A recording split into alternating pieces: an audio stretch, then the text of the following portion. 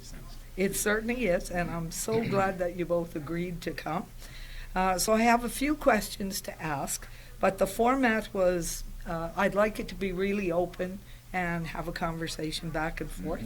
So I'll get you started with a couple of questions, so we can talk a little bit about the report, and then let's move into the local finances. So this past week has certainly been interesting, and certainly lots of people in the province have reacted, as we saw by the demonstrations that went on over the last 4 or 5 days. So let's begin with a little refresh. So Richard, I'm going to go to you because Trevor was here before and talked about the report. Okay. So could you give us a little bit of an overview of the report so we can move into what's going on now? Sure. Well, we wrote a report for the Parkland Institute back in September. I guess it was released. We were sort of destroyed our summers by working on it. I don't think either of us got much of a holiday, and our Yeah. co-author up at U of A, Bob, as well, who was very instrumental in putting it together. We knew the McKinnon report was coming out. They struck the blue ribbon panel back in May, I think it was, wasn't it, last 2019? Yeah. And of course, they were tasked with just looking at the expenditure side of the government ledgers. And right away, we sort of thought that was kind of odd. And there's two sides. Everybody knows who has balanced the checkbook knows there's two sides to a ledger. Yeah. And they're explicitly forbidden, I think, from looking at the revenue side. We thought that was a very unbalanced kind of approach. There are two sides to the ledger, as I already said. And so we kind of wrote our report. We tried to get it out before theirs, but they scooped us by about a week. Of course, they delivered to the government sometime in August, I believe, and then they released it publicly in September, about a week before we released ours. We had to go back and change all the tenses in our report because of that. But, so we came out and we basically said, okay, here's the other side of the ledger. And we've talked about this before, Trevor and I, and Trevor's written op-eds on this I've signed off on, and even when your government was in there asking for a sales tax, but of course everybody knows in Alberta it's political suicide tax, PST, and so any government ever since Eberhard rescinded it back in the 30s has failed and been reluctant to reintroduce one. But I think our argument basically is, I think Jim Prentice quoted this, right, the roller coaster revenue of natural resource revenues, the roller coaster ride of those, and we can't depend on those, we can't sustain them. This is why we're in the trouble we're in now.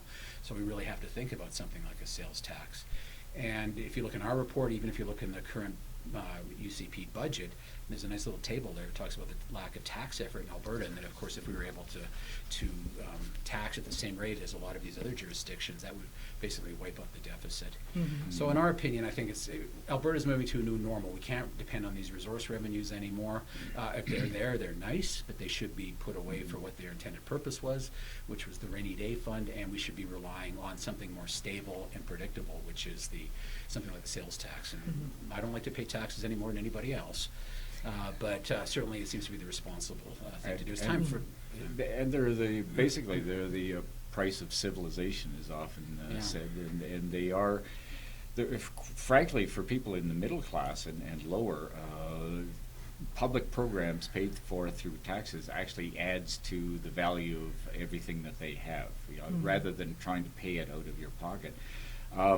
As Rick is suggesting here, in fact, of course, the government actually kind of loaded the scales. They basically said with the Blue Ribbon report what they wanted, and that was a justification for cutting. Yeah. What we now understand, actually, through somebody did a FOIP request and found out, in fact, the government virtually actually even wrote many of the things for it, so it was hardly a kind of independent report. They were basically being used to sell something. And what we did in that report was to say fundamentally that, we weren't saying that you shouldn't look at efficiencies in terms of if you can save money someplace, great. Everything kind of evolves over time. But as Rick was saying, you also look at both sides of the ledger. And right now, quite frankly, the way we argued in the report was we've fallen a long ways behind in terms of the revenue stream. And again, the over-reliance on oil royalties is a real problem, and it goes back decades. Yes. The fact is we should have been putting away what is a disappearing resource into the Heritage Fund, which was Lougheed's original vision, and also raising taxes so that people don't get used to, in some sense, a free ride on these things which are really diminishing. So that was kind of the essence of our report, and I think the government's budget only kind of reinforces or adds to our concerns at that time that this is the wrong approach to how to deal with Alberta's finances. Well, if I may just cut in here, I was going to talk about deficits first, but you both talked about the revenue and taxes. So I want to point out that we've heard from several municipalities over the past week, because the cuts that have come to the MSI funds and other funds that municipalities normally get means that they have to put it down on their communities. And I was at a meeting where, in fact, different municipalities in southern Alberta had received a copy of what they will have to pay for policing services in their community. So I'm going to give you as an example Raymond, and I think the population in Raymond is around 10,000 people, and they're going to have a bill of over $300,000. What is that going to mean to the people who live in Raymond? And how are they going to be able to provide those services? And policing services is only one little piece. So certainly if we could talk about how, even though the government says they're not cutting, the reality is they're cutting to things that make a difference to people, and people will have to pay, for instance, health care. If they're defunding things like a tubal ligation, then if you want to have one, or you need to have one, you're going to be paying out of your pocket, whereas that should have been covered by health care.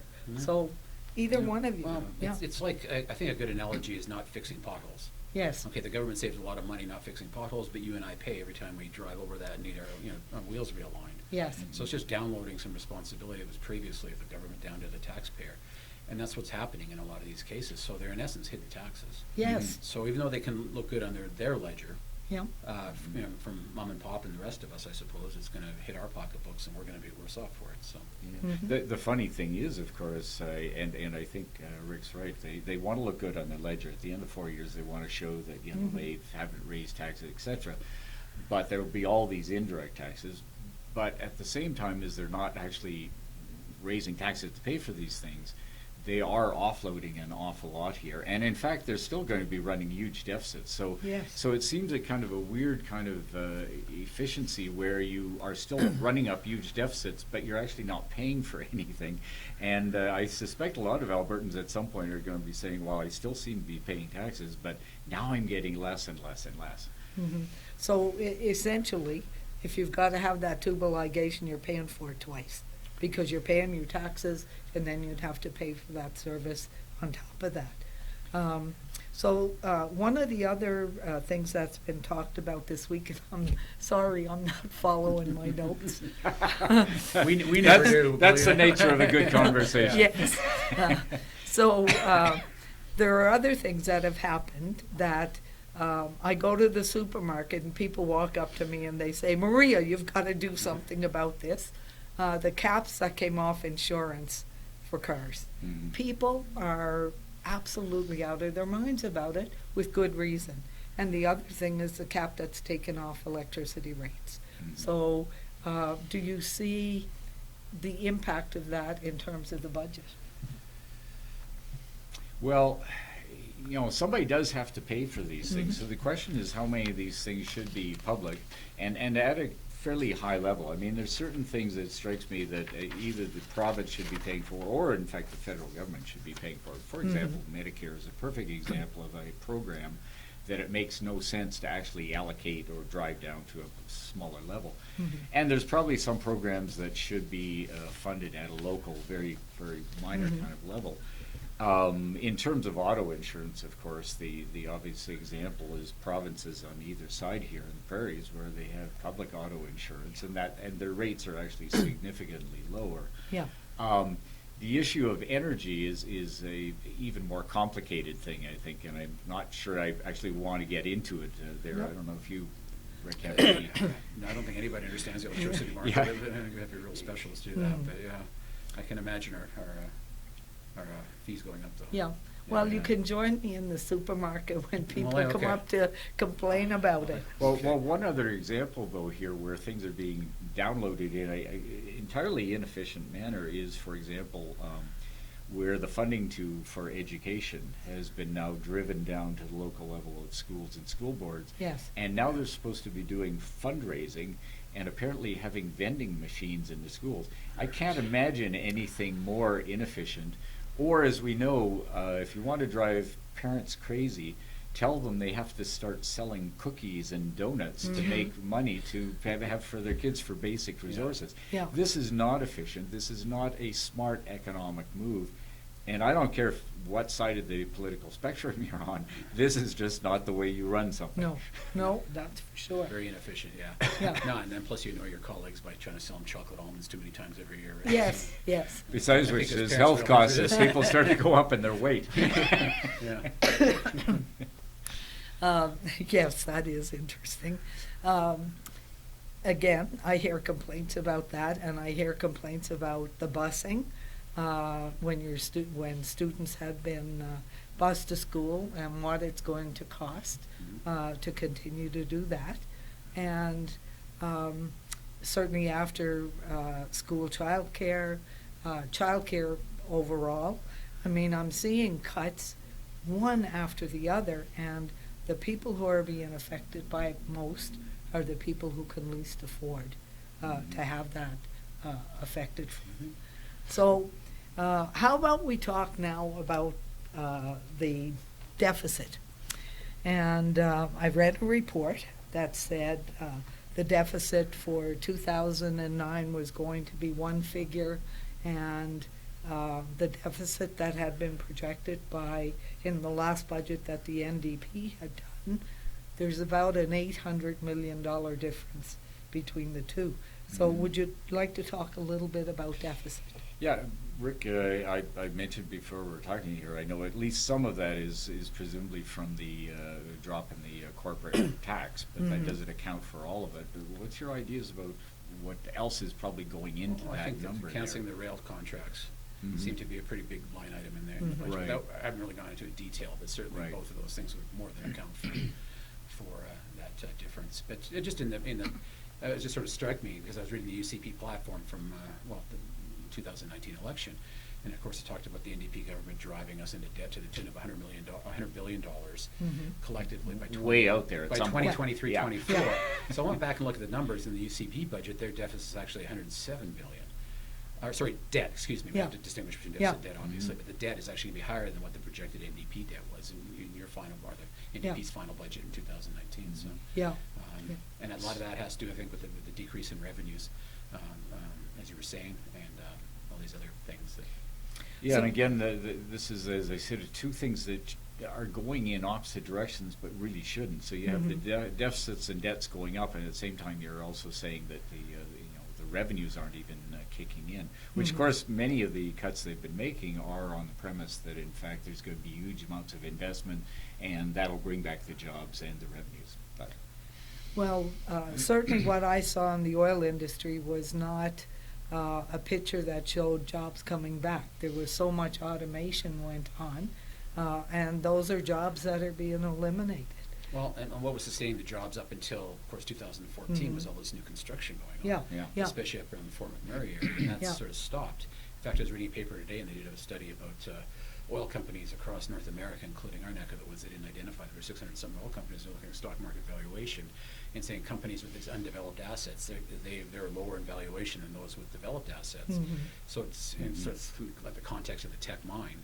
It doesn't surprise me that wouldn't be built, because they don't want these assets stranded, as they say. They don't want to start construction and then basically not be able to extract the resource. That's one of the things that actually struck me about this budget, but also the previous budget, and in fact the rhetoric even leading up to it, is that so much of the budget is built on on ideas that oil is going to come back. It's really a hope and a prayer, whereas as Rick says, there's a lot of things going on out there that are working against it. Oil companies are automating partly to get down their costs.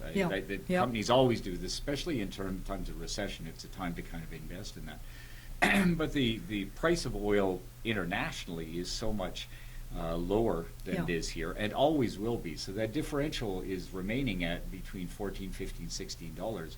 And even if pipelines came in, which again we don't know, that it's not clear that many of these projects will go ahead. It wasn't only tech. There's something like 47 projects that have been approved or are underway or could go underway in that region. No one is suggesting they're going to go ahead with them. Yeah. So, so the question here is, what is the driver of the Alberta economy in future, if not this? And there seems to be a lot of hopes that we're going to go back to an economy that is rapidly seems to be disappearing. Yeah. Well, certainly the whole Tech Frontier project began 9 years ago, and it didn't move forward. So to pin your hopes on that is pretty kind of pie in the sky. I did see a video on Facebook today where the Premier was talking about contracts for rail to transfer oil.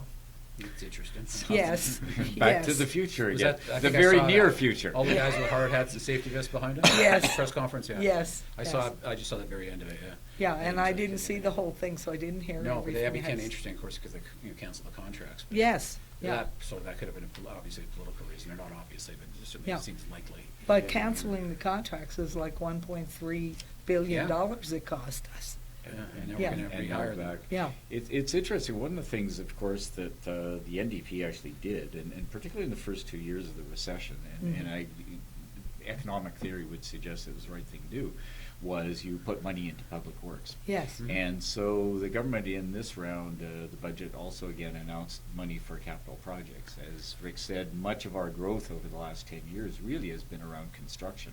Yeah. And so it was that kept the boom going. Mhm. And there are some real needs out there, but in some ways, what one government does that the previous government is doing, when you get beyond the rhetoric, sounds a little bit the same, right? Yes. Yes.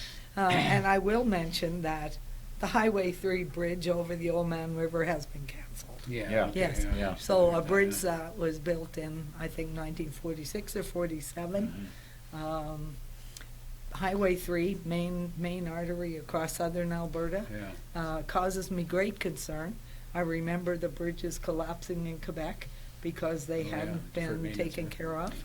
Well, That would cost a lot more money for sure. Well, it's an easy thing, I think, for governments to do, of course, is to cut back on those, Mhm. maintenance kind of issues. Yeah. Because nobody sees them right away until it's too late. Guess what? Next government's in, problems are, Yes. in their hands. And, Yeah. Yeah. Well, you also have to wonder, though, in looking at some of the projects, of course, many of them are going ahead in Calgary, where the government has a lot of support. Mhm. And whether or not the selection of where you're going to spend money is actually tailored in part by where the votes were and who is getting punished and who is Yes. not getting punished and in Yes. fact getting Is the rewarded. bridge in Lethbridge west or east? West. West, okay. Yes. So we may have an answer there. I think the hypothesis might be correct. Yes. Yeah. It's like Nova Scotia politics. Do you want a road in front of your house or not? Remember that Oh. back, yeah. Okay, so let's talk about the budget in terms of if you look at the overall budget, do you see it as a budget that's going to be able to move things forward, that has any chance of meeting the targets that they've put out there? Again, lots of hopes and prayers there. Much of it does seem to be based around the price of oil is going to go up significantly, and that many of these pipelines will come through, and again that this will fuel the government revenues. That does seem to be a fairly iffy kind of thing, and so I'd be quite concerned about that. And at the same time, the government, I did hear today, the government says, well, maybe down the road we'll start to look at revenues. But that again, as we talked about before, is Yeah. it's the missing piece of this puzzle. Yeah. Yeah. And I think that's something we've talked about. I mean, Albertans have got used to these sort of gold-plated public services over the years without paying for them. Mhm. And we're going to have to get used to that. I can't see oil rebounding anytime soon. I think the projections in the budget are a little optimistic. about a lot of things. Yeah.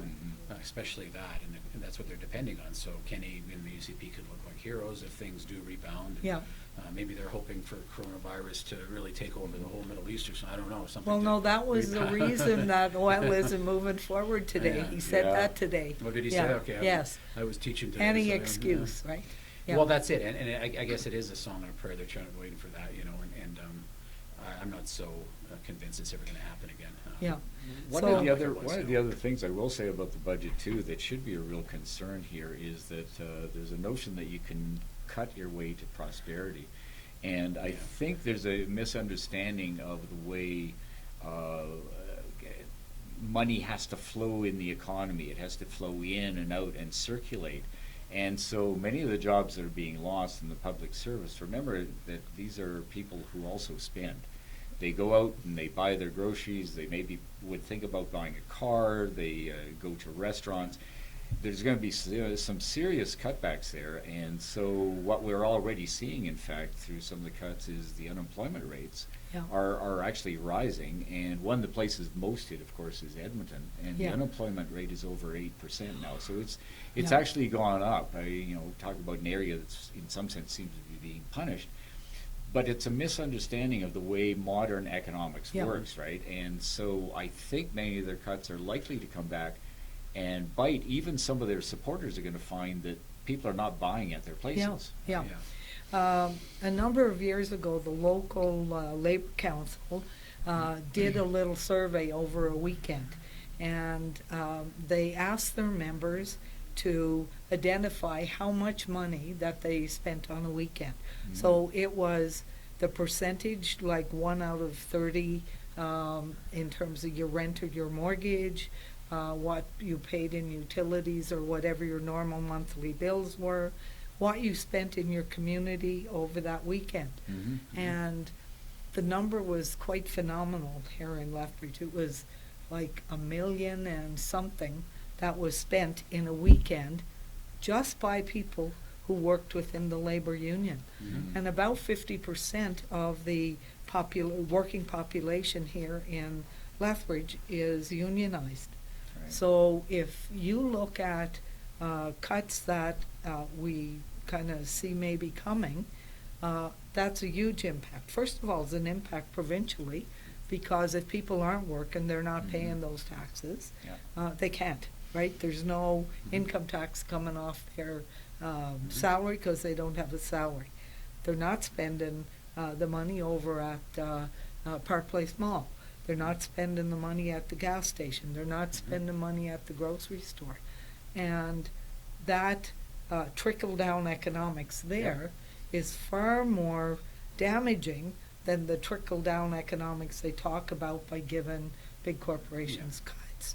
So Well, I would you think- like to comment about that? Yeah, I mean, last time I checked, a few years ago, I did a presentation, and 9 of the 10 top employers are public sector in Lethbridge. Yeah. Mhm. Most of those provincials, Yeah. Are related to provincial, or the school boards. Education, health. Yeah. Yeah, the Yeah. college, the university, Yeah. the Chinook, hospital, all that stuff, Mhm. provincial building, what have you. And so that's going to have a real impact. I mean, I think up until now, we've been kind of insulated because we are public sector, and Yeah. the previous government did its best to maintain that kind of expenditures, and so things were okay here. When they, of course, up north, things were really hurting in Calgary, Edmonton, Yeah. and even further north.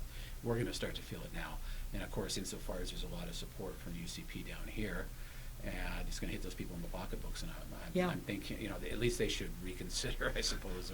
This is not what they voted in. Yeah. And Yeah. I think everybody's going to realize that one day or another, not to, Right. Yeah. Maria, it's interesting, of course, earlier too, you mentioned just how the particularly negative effects for people who are poorest. Yes. And, but one of the things we know in terms of this idea of circulating money, one of the things we know is money into the hands of people who are poor immediately gets spent. In So the it's community, actually a yeah. really good investment in some Yeah. sense, because they don't stick it in a sock, it's not going off to the Cayman Yeah. Islands, and it immediately flows through the economy. Mm-hmm. And so that's another part of misreading the way an economy actually operates or needs to operate in the modern world. Yeah. Now, I'm not an economist, but I can balance my checkbook. And certainly I was a union rep for many years when I worked for the federal public service. And I looked at different things. We looked at these kinds of things if there was going to be a strike, if we were in negotiations. We looked at these things with members who were having some difficulty. And how do you reconcile those kinds of things? So that conversation happened a lot. And I still don't consider myself, a specialist in the economy, but I think I am a bit of a specialist in common sense. And I'm a little concerned that this budget is not common sense. It's very easy when you look at budgets, and I think, first of all, I would say budgets are actually political documents. Yes. They aren't just numbers. They actually lay out, sometimes blatantly and sometimes in a more kind of latent fashion, ways of thinking about your relationship to society and how we relate to each other. And so beyond the numbers, I think one of the concerns I would have here is that it's the indirect or those additional costs, like the stresses, that families, that individuals, that students at the university are going to be facing, that how do you put a number on that? We know it actually is going to have an impact, but we are not sometimes as good at factoring that in. But it is a real cost to us as a society. Oh, yeah. So. Well, it is. I mean, we can usually, economists anyway, can quantify a lot of these things, and we do, not but certainly a lot of people do that. So something, we call it an externality, right? Because negative externalities, but you look at the budget and it goes down, and that's not the only cost involved. Yeah. So you look at things like, higher, health care costs, higher suicide rates, especially amongst women these days, higher domestic violence rates, all of these things that are going to be a drain on the public expenditure one way or another, and yet are hidden from kind of. Many of these things, of course, being already very high here in southern Alberta, so it's a real concern. Yeah. So, and those are things we should, they have to be included in the calculation, social costing of everything. So. Yeah. And they're not often. So. Yeah, and certainly when you talk about students, and the cost of tuition is going up at every post-secondary facility in the province. I don't think the administration has a choice in any place. Yeah.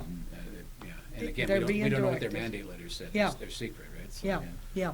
But the thing is, if I were a student, and my grandson's a student right now, and what is it going to cost him next year to do his course load? And if he's taken a student loan, how is he going to pay that back in the end?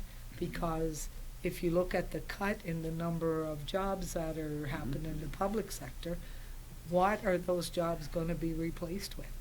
So when you talk about stress, I've certainly had lots of conversations with him about, it is stressful and you need to talk about it, and we need to look at a realistic plan.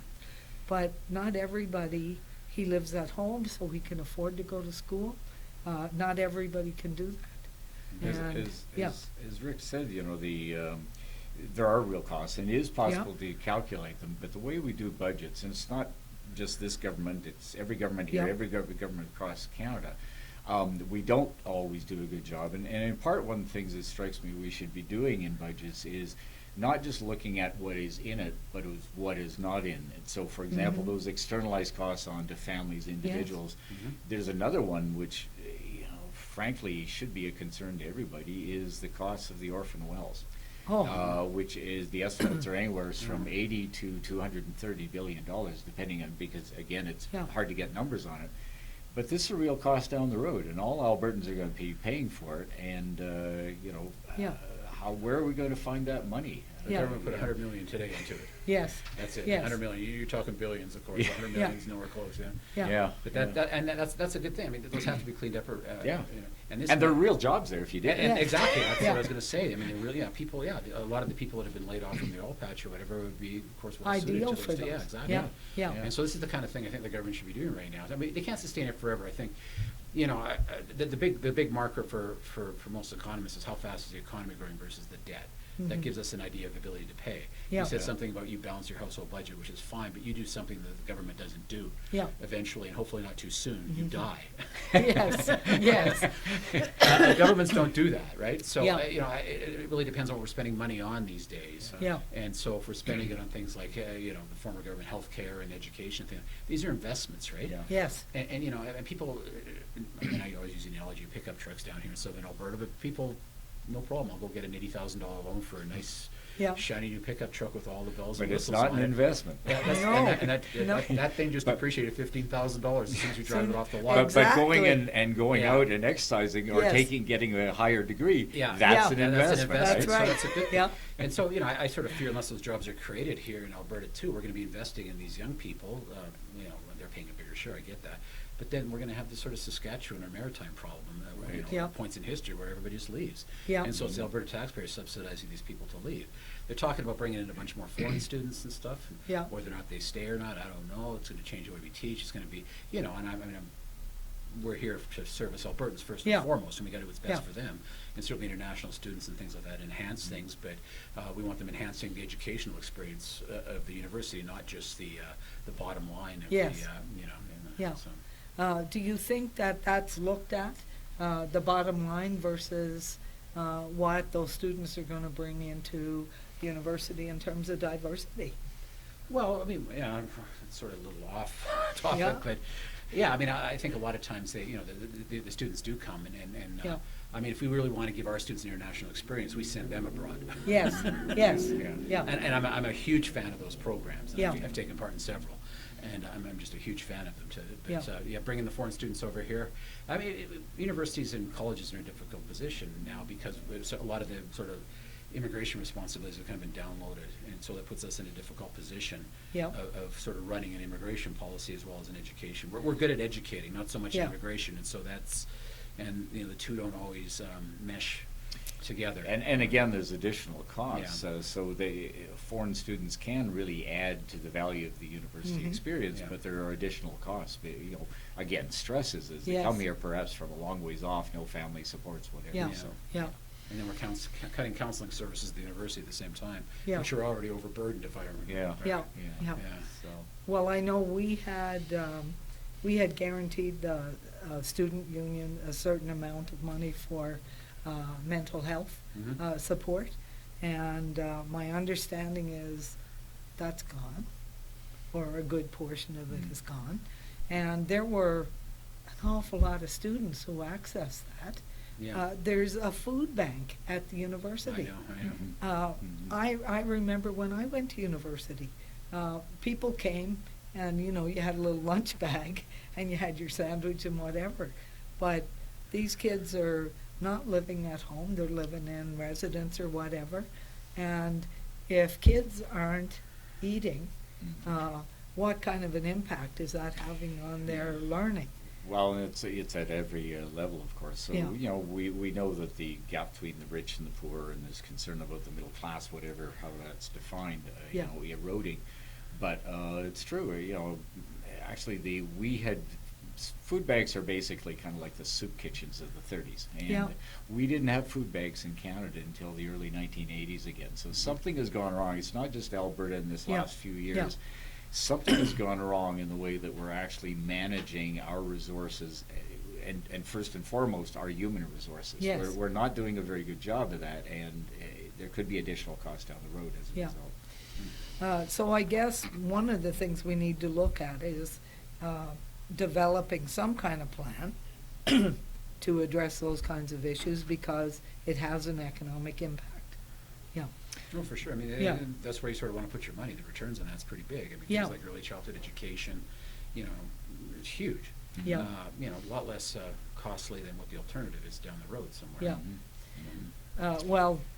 There's certainly other things that I'm not going to talk about in this show that also have an impact, doing prevention things versus dealing with Yeah. a full-blown whatever. Well, they just cut the Yeah. budget, didn't they, for the homeless Yeah. thing in Edmonton, right? Yes. The homeless program, which was shiny new pretty much. Yeah, And it was just starting to sort of gain some traction, and Yeah. also gone. yeah, And that's certainly proven in other jurisdictions to be a very worthwhile investments, or the homeless first, or homes first kind of Yes. movement, right? You get them housed, and it's going to save you all sorts of money with healthcare expenditures, policing service, you name it. yeah. Expenditures at the front end to save the cost down And, the road. and, Mhm. and I can Yeah. kind of see, I mean, the way people feel. Some of these things are kind of counterintuitive. Mhm. That's why you got people like Trevor and I to do research, and we can kind of say, oh yeah, this doesn't make sense to the blind Yeah. eye, but well, guess what? And here's Mhm. why. Yeah, And so, and this is the kind of stuff that should be making its way into policy. yes, You know, yes, and it's not at the moment, Yeah. unfortunately. One of the things that really, I guess, bothered me was there's all the talk about the coronavirus, and cuts are being made to doctor salaries, nurses, the number of positions there are.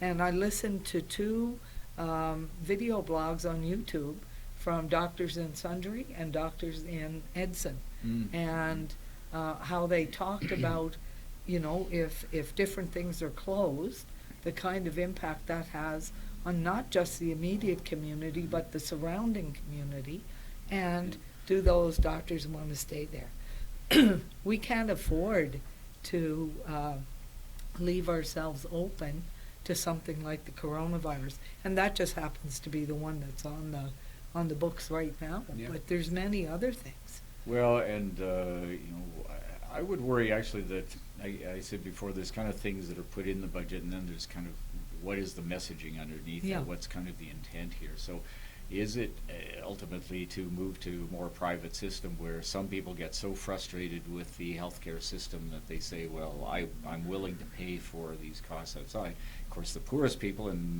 much Yeah. of the middle class couldn't Yeah. pay for it, but there are people who would. Or the case of even education. I mean, there's any number of services that could be, one could imagine being commodified. Yeah. And so because the public sector has been so shrunk, that you create basically a market for these things. And Yeah. that would be my concern. So in the healthcare system, not just the doctors, but the pressures on the LPNs, the nurses, all the people who are radiologists, everybody Yeah. involved in an incredibly complex system, as you know. Yeah. Yeah. So, Well, it's not, I don't think it's a problem. It's, I think the problem is that a lot of the healthcare is already privatized. You know that, right? And sort of seamlessly so, I think. The problem, I think, is they're going to cut back expenditure with the public system, put some of that stuff in the private sector, and then reduce the red tape. And I don't think you can have both. I don't think you can have you have to have some sort of regulation. And so it's okay as long as you have sort of some firm contracts and some expectations, and the private sector is doing things as a public sector would have done. That's fine. But if you're not going to regulate them and observe them properly, then the incentives are not right. Yeah. To avoid yeah, some problems. and we of course do still have some controls, though, even though it's publicly paid for. Yes. It's privately operated, but you could imagine a system where, in fact, that tenuous thread between them is severed altogether, and Yeah. people, and the best and the brightest suddenly move over to another system. Well, and it's a thin Yeah. edge of the wedge too, right? Just sort of cut, death by 1,000 cuts. Yeah. In a lot of ways, and that's what I expect. Sort of, it could be headed that way. Yeah, well, in the public sector, the federal public sector, we talked about a setup for failure to privatize. Yeah. And I come from corrections, and we had people coming from all over the world to come and look at the Canadian system because it worked. Yeah. Yeah. And when Tough on Crime came in, it stopped working. And it stopped working because you were taking away the supports that made it work to begin with. The thing is, you don't want people in jail getting out at the very last minute with no supports in the community, because it is a setup for failure. If you provide transition and you provide, part of what the correctional plan was changing cognitive behavior. And people not coming back into the system because they've changed their cognitive behavior is the ultimate goal. Well, keep But- them out of the system in the first Yeah. place. If you can. There's all kinds of the people who end up in jail, and a lot of the stuff is kind of petty crimes, but a lot Yes. of it actually comes out of substance abuse, Yes. poor education, poor family background. It's interesting you mentioned that, and I've given lectures in my class about this. The correctional system in the United States is an incredible moneymaker. I Yes. mean, right from top to bottom, it's a privatized system. Prisoners, that's the And, point. and in fact, people will actually go to meetings of Congress and say, we need new laws approved, because basically then they can fill up their jails even more when Yeah. we have, so it's Yeah. it's a very insidious system, Yeah. and the United States has the worst penal system in the world, Yeah. certainly in the Western world. And in fact, that's why so many of the states came to Canada to see our system, Yeah. because they were paying more than half of their tax money into the correctional system, which was a for-profit system. Well, Really. how much is it? How much is it to keep an inmate a year? Yeah. in tens, hundreds of thousands of dollars. It's $50,000 to $100,000. Yeah. It depends Compared to- whether you're depending minimum. what level of Yeah. 20,000 Yeah. for subsidized housing Yeah. per unit or something? That's Yeah. right. It That's seems like a right. bargain, and you know, Yes. certainly the research is saying you get these people stable, they're might get off the substance abuse problems they have. Yeah. You know, they're not gonna be, hurting each other in the street, whatever the case may be, so. Yeah. And again, it's kind of counterintuitive, and I think it goes against the grain of a lot of people Yeah. in this province, we're Albertans, we're rugged individuals, and, Yeah. Blah, blah. Everybody should pick themselves up by Yeah, the pick by bootstraps bootstraps and, and, yeah. be Yeah. more individually Yeah. Yeah. responsible. So, Well, I have to say that you can pick yourself up by the bootstraps, but if you don't have supports around you. well, you need the bootstraps, that's the That's point. right. That's right. That's Yeah. right. Yeah. Yeah. And I like the analogy better of the trampoline, where you sort of hit bottom, but you're able the base of social programs allows you to bounce out of there. Yes. right? Yeah. Yeah. One of the things we haven't actually put numbers to here that I think is important for your listeners, viewers, is in fact, because we've talked about revenues, and you may know, of course, the government for years has had through the finance department and treasury a chart where they actually love to brag about the Alberta tax advantage, right, compared with other provinces. And last year it was still the next least taxing province, I think, was Saskatchewan. Yeah. It was around 11% or something, or $11 billion if you tax it at the rate. Yeah. So it just came out, actually. Trevor Toome, economist at the Mhm. U of C, actually found it in the government documents. And I'll just give these figures. Ontario is now past Saskatchewan. And if we taxed at Ontario's rates, we would have $14.4 billion more. If we were taxing still at Saskatchewan's rate, it'd be $15.1 billion more. And if it was, I think BC is like 17.5 or Yeah. somewhere in that range.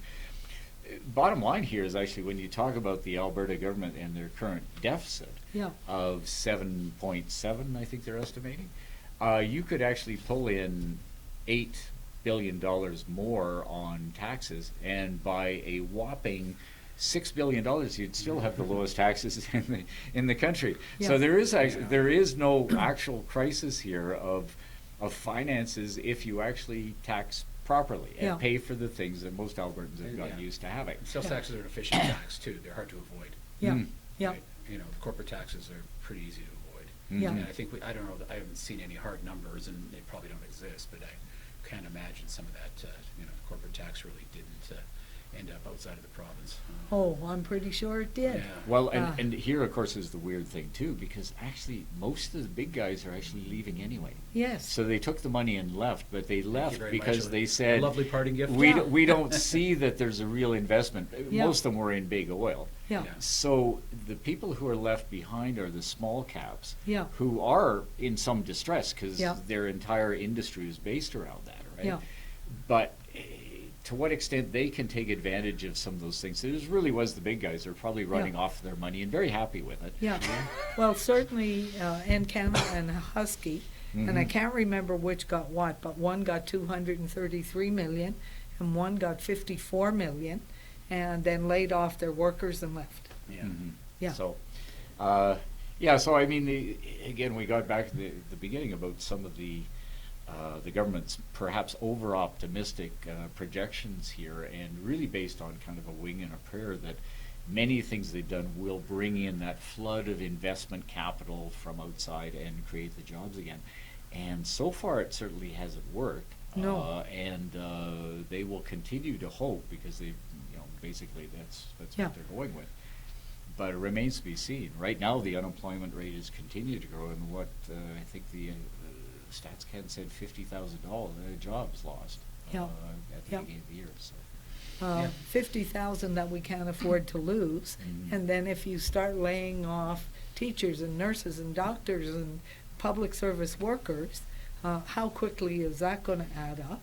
Mhm. And I mean, when I think about it, how much money are you actually going to save by laying off a nurse? Mhm. I think there's some, Yeah. you're right, I think in the main, but, I mean, certainly a lot of my research looks at this, and some of the stuff I haven't released yet looks at nurses' salaries in particular. Yeah. Just like the sort of broader, aggregate indicators Yeah. of labor force that I've released before, it doesn't show any huge discrepancies No. between Alberta and elsewhere. Now, that said, anecdotally, I hear all sorts of things. Yeah. I'm not trying to pick on the nurses, don't get me Yeah. wrong. for a second here, just trying to use it as an example, but a lot of the, apparently they hold on to health benefits even with minimal number of hours per month. Yeah. And of course, that ratchets up their total compensation, and yet we get sort of very little out of them. And Yeah. again, we're sort of talking people close to retirement, they want to hang on to their health benefits, so they might work a shift a week or something. Yeah. Or even less even. And again, these are the anecdotes I hear about. How prevalent this is, I have no idea Yeah. right now. But so certain things like that could be looked at. I mean, we're taxpayers too. Yeah. And I Yeah. don't want any inefficiencies in the system. I see them at the university, I see them in the healthcare system, I see them, I mean, I've been, worked in Ottawa, I've seen Yeah. lots of stuff that, Yeah. that everybody should probably see. But so there are lots of things we Yeah. could do, as Trevor mentioned earlier. But these draconian cuts, I think it's just, ideological. Well, more than one of anything. the interesting things that I learned was I golf with a number of nurses who were trying to retire Mhm. and kept getting called in for shifts. Well, there's a shortage Because of there's nurses. not That's enough right. people. Yeah. Yeah. Let me So- retire. So you've Let me created retire, your own yeah. problem. Yeah. Exactly. That's So right. these are some of the same people Yeah. I'm probably talking Yeah. about. And for Yeah. years, as a union rep, when departments talked about they're paying way too much money in overtime, then why don't you hire enough people yeah. to do the job? Yeah. you Well, know. partly because what they want is they Well, want principle. just-in-time labor. That's right. So that's yeah. what it comes down to. So you don't hire people, but you want them when there's a flood. For example, on Yeah. holiday weekends, there's probably going to be lots of accidents, Yeah. Yeah. emergency things, so the people come in, right? Yeah. But you didn't want to pay for them regular Yeah. all the time. Yeah. It's probably, it's cheaper that way a lot of times. Depends on what Yeah. their benefit costs are and things like that. But there's somebody in finance, up in Mhm. Yeah. health ministry, AHS, I guess, been doing these numbers, so. Yeah, but there's all kinds of little things that Yeah. they've decided to do with the nurses. I've heard that, when you work an evening shift or a night shift, you get a shift premium for doing that Mhm. shift. Mhm. But you're being called in from home Yeah, I to know. come and work that shift, and now that's taken away. So Yeah. how often do you think you're gonna be able to get people Well, in to when there wanna was do a it. little Yeah. incentive there? Not Yeah. much, Yeah. just No, a you- little you bit have of to an incentivize it incentive. properly for Yeah, sure, but I don't yeah. know if that's too much of a decrease. That's and it's gonna- Yeah. nitpicky, Mhm. no bang for your buck doing things Yeah. like that. At least I don't Yeah. see that. So again, I think much of Rick and my concern about this budget, and I think a number of other people looking at it, is it really, there's a lot of wishful thinking here. Yes. And there's a lot of things that are contradictory to where they actually want to get to. Yes. In terms of having a stable and revenue sound economy. Yeah. I think there's some real concerns, particularly over the next year here, what is actually going to happen. Ultimately, too, there is a concern, because we've talked about certain areas where we went through this in the early 90s, where we lost some of the best and the brightest. I mean, the Yeah. nurses, the teachers that we lost, and it took us a decade to get people back again. Yeah, So, yeah. Well, like I was saying before, the bright side is that these cuts aren't as bad as the Klein cuts, but that's not going to stop people from leaving. And in Yeah. fact, part of me thinks, people are going to be more mobile this time around. I mean, Yes. I was living in the States when this happened. Yeah, I yeah. was one of those people. Yeah. Because I couldn't find work back in Canada. And now Yeah. the other jurisdictions in Canada, they're actively recruiting Yeah. Albertans. And Yeah. believe me, Canadians don't want to leave their country. Yeah. Right? Most Yeah. people don't want to leave their province, let alone Yeah. their country. And so this is going to make things much more attractive for doctors and nurses and professors, whatever, to Yeah. move to, BC or Ontario. Yeah. Not having to move to Texas or Florida, so. Yeah. Okay, so do you think we've missed anything? No, this is a very pretty complete discussion, I think, and raising both the practicalities of what's going on, but also some of the concerns down the road. I think we'll know better actually in a few months how this is actually unfolding. Yeah. Because there's a lot of moving parts still, as was suggested. A lot of universities, school boards, the medical system don't quite know how this is going to Yeah. fall out yet. Yeah. I mean, the doctors are certainly very, very concerned and very, very angry too. Yeah. So Yeah. we don't know. Well, they certainly feel disrespected by this government. The nurses do, the teachers do. So there is one other thing I want to talk about. So there were things like cuts to school boards, Mhm. specific school boards, and then money was given to private chartered schools. Mhm. So do you have any thoughts on the impact that's going to have? Well, it certainly will have some real impacts there. I think, again, much of this, to repeat what you said, budgets are political documents, Yep. and you can't read those particular cuts or those particular benefits as anything but supporting many of their supporters, Yes. as a benefit to them. Yeah. Yeah, I'm sort of trying to dissect a lot of these things that have been going on and trying to Yeah. figure it out, and I think Trevor's right. It's just, there's no rhyme or reason economically to it. I mean, Yeah. I can't seem to find a good reason why certain universities took a big hit and others didn't. Yeah. Right, and is it coincidental that they're sort of the faith-based universities, at least in the October budget, that, Yeah. and right now we don't, apparently the universities don't, we've heard what, 6.6 the university? Mhm. Or something like that? 6.9. 6.9? Yeah. Okay, and I don't know if that's official or Yeah. rumor, is it okay? I don't know, I just saw I it come think that's across the on number I it. heard, though. Yeah. Yeah. I heard U of A something like 11. Mhm. Certainly U of A took a big hit in October, bigger than, Yeah. and Grand McEwen, sort of the Yeah. big urban campuses where maybe Yeah. the support for the UCP doesn't lie. But no, I'd be curious to see what's going to happen with the private school. I mean, we have a unique system here, charter schools. Of course, there's who are those people? Friends of Alberta Education. Who's that woman now? Oh, right, yeah. Save Our Schools. Yeah. Up yeah. in Edmonton. Yeah, Yeah. yeah. Okay. Yeah. Very concerned about a lot of the way the schools are run. Yeah. Definitely. I guess, again, I don't really have a problem with money going to chartered schools per se, as long as they follow the provincial curriculum. Yes. And they don't, take any extra resources, and it's regulated. So Yes. Now, here's the thing. I was talking to my students today about this. We have, some of the best, examination scores in the world in Canada, and in Yeah. Alberta better than the national average still. Yeah. So we're doing something right with our education system Yeah. here. Yeah. And why do we want to dismantle that? We should If try it to ain't improve broke, on it. don't fix it. Yeah. Exactly. It's something to be proud of. I mean, the Yeah. anecdotes I hear, that students go to Yeah. Ontario universities from Alberta, and they'll give them a couple extra, they'll give them some extra credit because, hey, well, it's an Alberta school, it's better. Yeah. Yeah. Yeah. So we got a lot of things going for us, and we got to make sure we don't throw the baby out with the bathwater. Along that line, actually, just to put in a plug here for the U of L, of course, the education program here is nationally known as maybe Yes. the best. Oh, yeah. People coming out of Lethbridge trained in education, they know they've got somebody special. So Yes. It's resource Yeah. intensive. It's a Yeah. 5-year program. Yep, and with many Yeah. practicums. Yeah. and, Mhm. yeah. Mhm. Okay, so this is a little off economics. Okay. But, excuse me. So the curriculum review had begun. Right. Excuse me, it began years ago. The kindergarten to grade 4 was finally finished and was supposed to start. Excuse me. Bless you. And he thought, excuse me on that. I think this cough's going to become contagious, just the cough alone.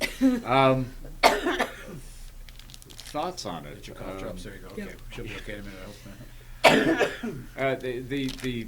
The only comment I'll make is it's interesting how so much of the review, the way it's been sold to dismantle it and start a review again, was argued that it was too ideological, that what was being taught there. But of course, as I understand it, actually the K-12 system, most of it had been brought in under a previous Conservative government, Yes. going back Yeah. some long ways. So again, there's curiosities in the way that some of the moves have been made, and it's I'm more familiar with the university and how Yeah. we're bringing these KPIs. And it's supposed to be, this month, I think, March, they're supposed to be releasing something about what targets we're supposed to hit in order to get a certain portion of our funding continue to come our way.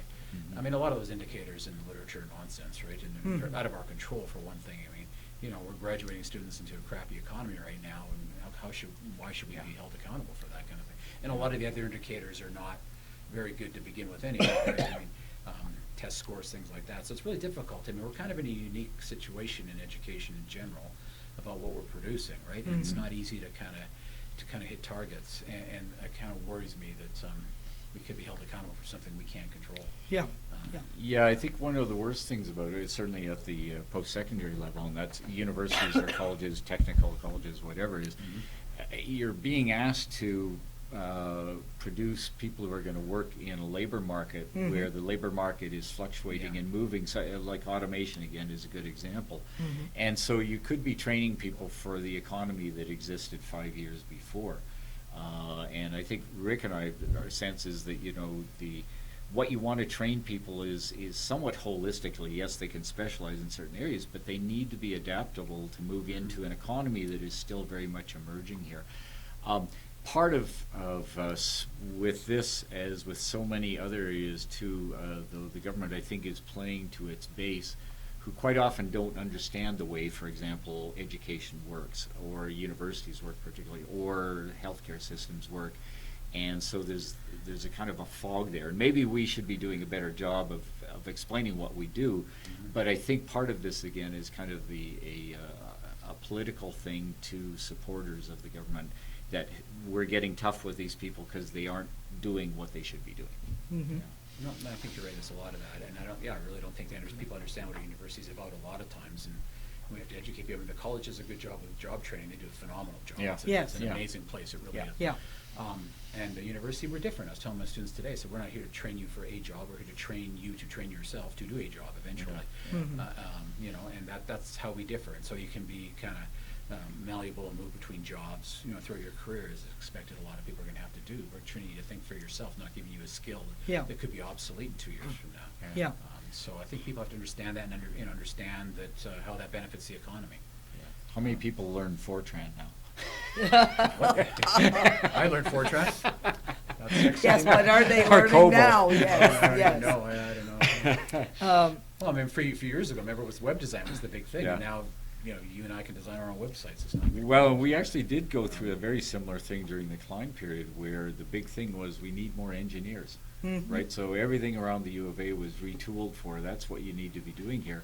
And now what we find is that, you know, even engineers are finding it very hard to get jobs out there. We actually produced too many of them, plus the labor market was changing again. Yes. Yeah. Yeah. I suspect enrollments in those programs are way down in the last 5 years. Well, I've certainly gone through at least 4 careers in my life. Well, there you go. Yeah, And, and and that's why you have your university education. That probably Yeah. helped you out. Yeah. Yeah. yeah. We hope Well, so. it did, and certainly some life skills Yeah. really helped. I want to say a huge thank you to both of you Oh, for coming in, Thank you. and It's been fun. we know that things will It's be. a pleasure to be in this cavernous building here. Yes, yes. I suspect I'll be inviting you back in a few more months when Okay, we well, start to see feel- the feel fallout. free. We'll be here. Yeah. Feel free.